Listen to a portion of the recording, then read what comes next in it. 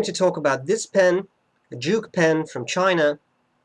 And my friend Breck sent me this. It was a little bit too dry. I made it a bit wetter.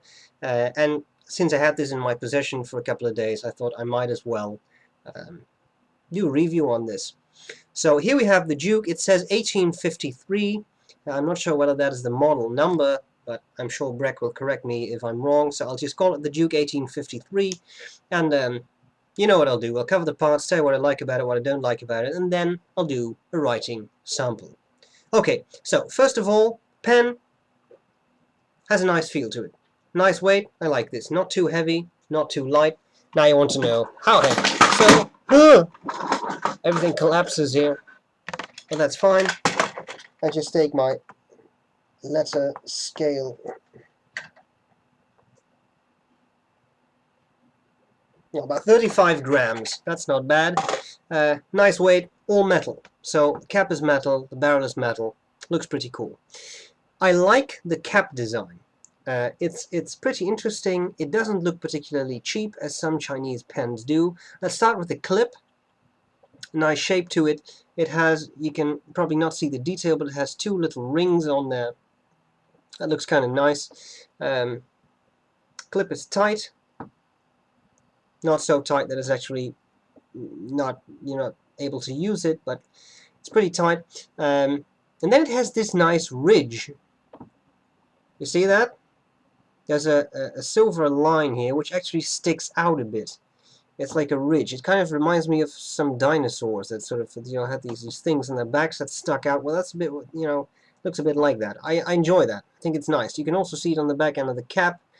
See, I think that's fairly original. Looks cool. Okay, then we have three rings here, three metal rings that go all the way around the cap, and these are actually not painted on. These are real metal rings. The cap is a slip cap. Anything else about the cap? I don't think so.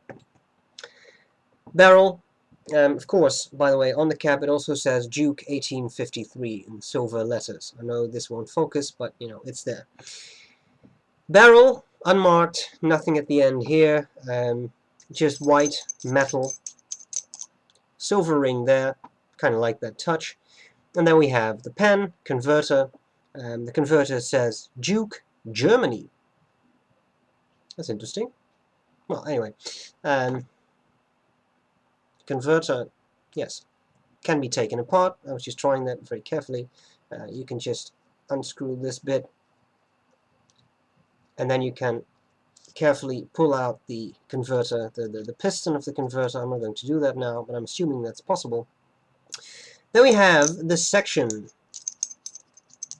Nice metal ring there, the end of the section, and of course one near the nib. The nib itself has a crown. It says 22 karat gold plated, I think. So it does.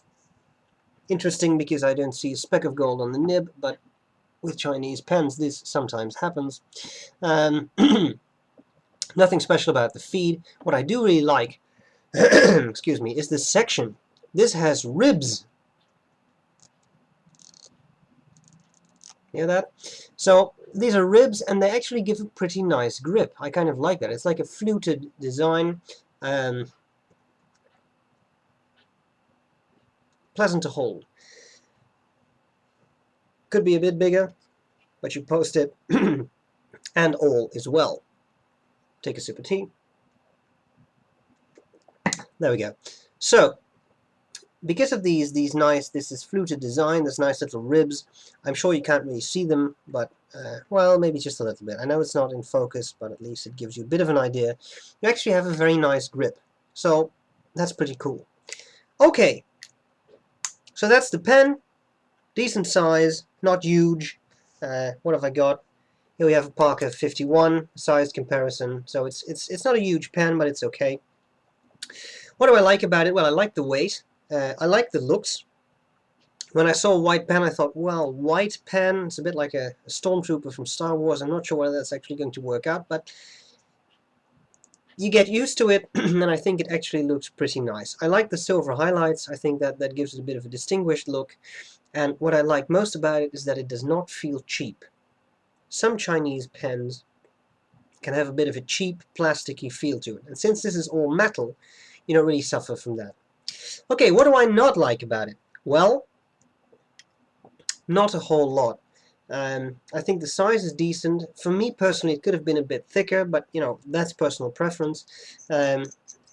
Clearly what I didn't really like was that it was a bit dry, and you know, I just don't like dry pens. I don't think anyone does in particular. So that could be a bit better, but this happens. Most of the Chinese pens I got were pretty dry, so they needed a bit of work. So, you know, that's what you've got to work with. Now, ease of cleaning. I was unable to remove the nib and the feed. I think I've been able to do that with all of my Chinese pens, but apparently Juke, I'm not sure whether they don't do it at all, or whether I guess what happens is they glue the section in place. It doesn't matter that much. With a bulb syringe, you can clean it out anyway. And that's all there's to it. So, oh, by the way, I now notice this nib doesn't even have a breather hole, which is also interesting. The nib design is not that bad, actually. It has a crown, it has some like the rays of the sun on that. It's not bad. Okay, so that's the pen. I think we need a writing sample. And that's all there's to it. So I hope this was useful, and I'll see you later. Bye-bye. Oh, and this is going to be sent back today. Okay, so right now I'm using the phone, the camera on my phone. My regular camera's batteries are dead. Here we have the Juke pen, the 1853. Bit of writing. Feels nice and smooth now.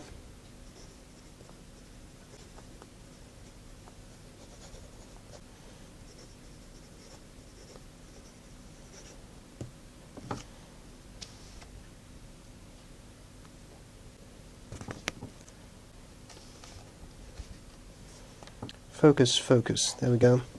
Line variation. Well, a little bit.